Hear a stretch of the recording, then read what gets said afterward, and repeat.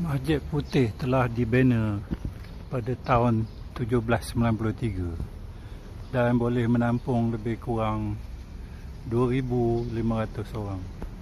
So, dia ada hall untuk perempuan, untuk lelaki dan semuanya diasingkan. Ini adalah yang paling tua. Dan kalau masuk di dalam sana pun boleh lihat struktur yang sangat unik, dan dia juga ada bilik untuk orang menikah. So kalau datang ke sini, datanglah ke Masjid Putih. Di sana ialah makam almarhum Sultan, dan boleh datang melawat di sini. Masjid tertua,